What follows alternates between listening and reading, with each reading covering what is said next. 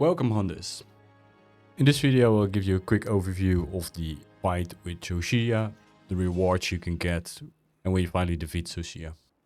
With title update 1, Capcom listened to the feedback with most of the community saying that Monster Hunter Wilds is easy. I can tell you, they fixed that issue. This fight is definitely the hardest and the longest fight in the game, with Zoh Shia being an absolute beast, especially later on in the fight, and will give you no quarter or rest to take it easy. I will go to a quick fight breakdown, a little bit of tips here and there what you can do to make the fight a little bit easier, but it is a tough fight, so brace yourself. To be able to fight Zoh Shia, you need to be hunter level rank, level 50. You can start the quest in Suja and talk to Werner, where he will start off the quest and you get a little bit of cutscene. After that, there's nothing much to it. You talk to Alma when you're done and preparing, and then you will be dropped in the same area where you fought Zoh Shia in low rank. And do prepare. So when you get in the fight, one of the first things I do is get a dragon pot from the Worm's Bane lying around in the arena. Getting the dragon pot will really help you because Zoh Shia is weak to dragon attacks. Using the whole mechanic where you have these Wilk crystals, and when you hit them with elemental attacks, they blow up, like you see doing me here. So it's a nice 190 damage with explosion. I wouldn't rely on this in the whole fight, but it's a nice extra way of getting some extra damage in when the opportunity presents itself. So during the fight, Zoh Shia has a lot of different attacks you have to deal with. But one of the main things you need to worry about is when Zoh Shia starts moving and standing on her hind legs, you know something bad is going to happen. When he does his Wilk attack here, you do have an opportunity, and you see it here, you have at least the openings there to do a focus strike. So you might be able to use that to do some extra damage. So he does big attacks, but also has a little bit of opening there to attack him. And here you see that I make a mistake and stay close to him. Here I needed to move back, I didn't, and I just got blasted. So when he stands on his hind legs, you know it's gonna happen. Either he's gonna do a big wide attack with Wilk, or he's gonna do a fire attack. But here again, here I see him on his hind legs and just move away and use the area behind him just to get to the safe space. Here I'm trying to close the gap again just to get close towards him. And at this stage of the fight, you just need to watch for the fireballs and try to dodge him in time. The interesting part is here I do a really nice attack, and here, you know, Zoh Shia doesn't care about Rising Spinal Slash, it just gets fireball in the face. So these are the things that, like, different with other fights, is that Zoh Shia just doesn't care. Here I'm trying to use the Dragon Ball and trying to do an elemental explosion, and I do get a chain reaction.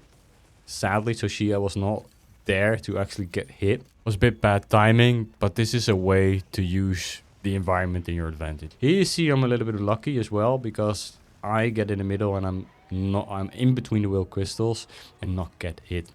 So these are the things you need to work out and look for. Moving around, I think that some of the hitboxes sometimes are really a little bit difficult, because sometimes I'm on the edge and I'm still getting hit, or it seems that I'm out and I'm still getting hit. So those are the things that I still think needs to be a little bit tweaked, and I'm not sure if they're gonna ever do that. But here, again, going back, especially for melee uses where you're close by, when you're on the back and he shoots now, here you're safe in between the legs, so that really helps. You just have to worry. You still can get hit though. You just need to make sure that you're in the right place and right spot. Here you see that he just blaps me. Those are the things that really makes it awkward, because sometimes he just hits you, and here I'm really lucky that I'm in there and he basically hits my palico straight on the face, allowing me to circle around him. Make sure that you don't forget about you getting some extra supplies along the way, that you take those supplies, and they can be a lifesaver if you use them a lot. So you can just quickly open your secret pouch, and the first aid med kit really helps you out. It's a long fight, why don't use everything at your disposal? This one is really, here you have a safe spot where he does the will crystals around him, where you can just have a safe spot behind him.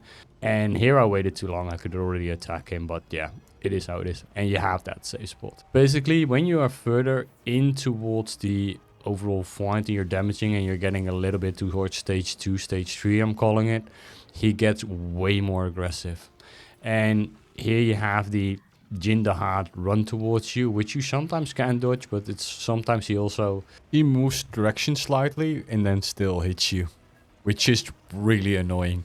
Unlike Jin the Heart, who goes in a straight line, he just moves a little bit and you cannot get out of the way, getting that extra damage what you wanted to avoid. It takes seconds for that to react. Here I was a bit lucky, going around him, not getting hit, and then here I'm under him, and I still got hit by the fireball. So this is where you really need to look at.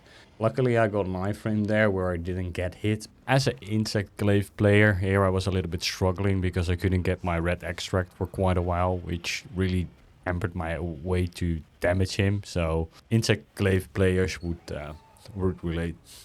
Here he takes another big approach and a big blast, and when you get in this level, I call this the phase 3, when he gets even more aggressive and also has these abilities that basically prevent you from being far away. He wants you to be close, and close he wants to kill you. So this phase can be quite chaotic because he shoots fireballs, you get the electricity out of the sky, scorching the arena here and there. So you really need to look out where you're going and hopefully don't get a fireball in the face like I did. You have to look out for that. He just doesn't want you to be far away, and he does everything in his power to get you close again. Here you have the opportunity to blow up the crystals around him and trying to get a chain reaction, but you're also trying to get away, and he ignites them really quick, so you need to be really fast. But if you see this, you can try for it. It really might help you. But mind you, you're also standing right next to the crystals, so you might kill yourself. So just be careful for that. So there's a lot going on you have to deal with, but you also want to make sure you can get close and attack him.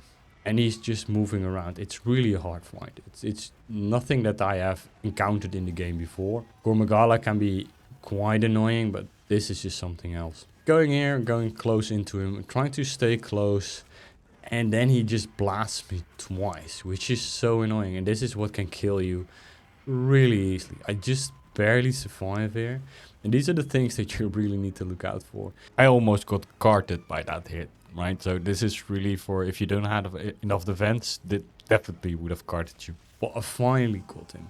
So really look out when he's on his hind legs. Really look out, try to stay close to him, and have patience. You finally will get it. So here mission is complete finally. So looking at the weapons, I'm not sure if the weapons are really going to make a difference in the current meta. It looks fine, but the White Flame Torrent will just give you extra damage on after landing an attack. Also some tests are in, and it doesn't seem to have that big of an effect in general the meta overall. It looks okay though. But in the end, time will tell. And I'll definitely play around with it with different builds and different weapons, see how it works. Looking towards the armor, which is more interesting, I think that especially the headpiece and the chest piece are interesting with recovery to speed and agitator builds. They might be interesting also with Counter-Strike in there. The other pieces I'm not really sure about if they're really going to change the meta, if they're going to really have a place in there now, especially with where Elemental is. But recovery speed and agitator for me, I think there are good pieces where I'm definitely going to craft them to replace my Blanjo chest piece in there. Another reason to go maybe for the 2 set is the super recovery of Zoh Shia's set piece. That allows you to recover faster. So it might be a really good addition or change to the meta, which will be interesting how that will be used. I will definitely gonna look at some builds, use that, especially going more towards an agitator build with these 2 pieces, maybe 2 set Gormagala, and then see how that feels. I hope this quick video helped you to beat this new challenge that Capcom gave us. As we know, Zoh Shia doesn't care, fireball to the face. On to our next hunt. Thank you for watching. Good hunting.